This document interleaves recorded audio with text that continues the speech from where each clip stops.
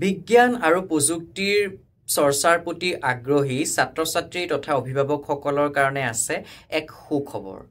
অসমৰ বিজ্ঞান আৰু প্ৰযুক্তি বিভাগৰ দ্বাৰা পৰিচালিত গুৱাহাটীৰ তাৰকাগৃহই লাভ কৰিব এক নৱতম সংযোজন। গুৱাহাটীৰ তাৰকাগৃহই অতি সোনকালে মুকলি কৰিব অত্যাধুনিক মাল্টি এক্টিভিটি চেণ্টাৰ। মহাকাশ বিজ্ঞান আৰু প্ৰযুক্তিবিদ্যাকে ধৰি জ্যোতিৰ্বিজ্ঞানৰ দৰে বিষয়ক জনসাধাৰণ আৰু ছাত্ৰ-ছাত্ৰীসকলৰ মাজত জনপ্ৰিয় কৰাৰ উদ্দেশ্যে তাৰকাগৃহৰ কৰ্তৃপক্ষই হাতত লৈছিল এই প্ৰকল্পটোৰ।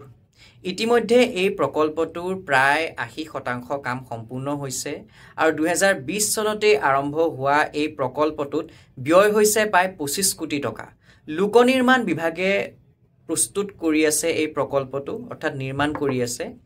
আৰু এই প্ৰকল্পটোৰ সহযোগী মানস প্ৰতিম শৰ্মাই জনায় যে এই প্ৰকল্পটো দুটা পৰ্যায়ত কাম সম্পূৰ্ণ হ'ব। প্ৰথম পৰ্যায়ত থাকিব এটা 15D যুক্ত থিয়েটাৰ হল আৰু অত্যাধুনিক সা-সুবিধাৰে থকা এটা প্ৰেক্ষাগৃহ।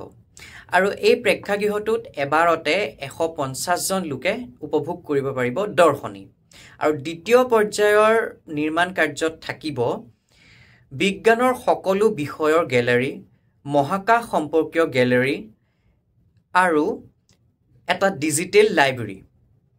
গতিকে 2027 চনৰ শেষলৈকে এই গোটেই প্ৰক্ৰিয়াটো নিৰ্মাণ প্ৰক্ৰিয়াটো শেষ হোৱাৰ এটা আশা প্ৰকাশ কৰিছে প্ৰকল্পটোৰ সহযোগী মানস প্ৰতিম শৰ্মাই।